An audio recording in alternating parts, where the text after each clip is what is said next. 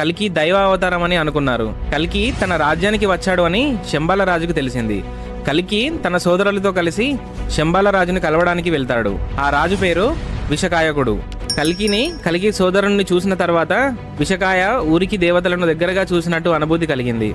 కలిపురుషుణ్ణి అంతం చేసేందుకు నా రాజ్యం, నా సైన్యం నీకు తోడుగా ఉంటారని విషకాయకుడు కల్కితో అంటాడు.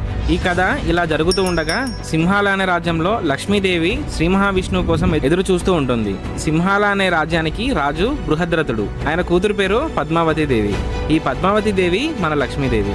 పద్మావతి దేవికి శ్రీ మహావిష్ణువుని వివాహం చేసుకోవాలి అని కోరిక. అందుకోసం పద్మావతి దేవి మహాదేవుడికి తపస్సు చేస్తుంది. కొన్నాళ్ళకి పరమేశ్వరుడు ప్రత్యక్షమై నీ కోరిక ఏంటి దేవి అని అడుగుతాడు. అప్పుడు పద్మావతి దేవి శివుడితో, స్వామి, నేను శ్రీ మహావిష్ణువుని వివాహం చేసుకోవాలి అనుకుంటున్నాను. నా వివాహం ఎలాగైనా విష్ణుమూర్తితో జరిగేలా నాకు వరాన్ని ఇవ్వండి స్వామి అని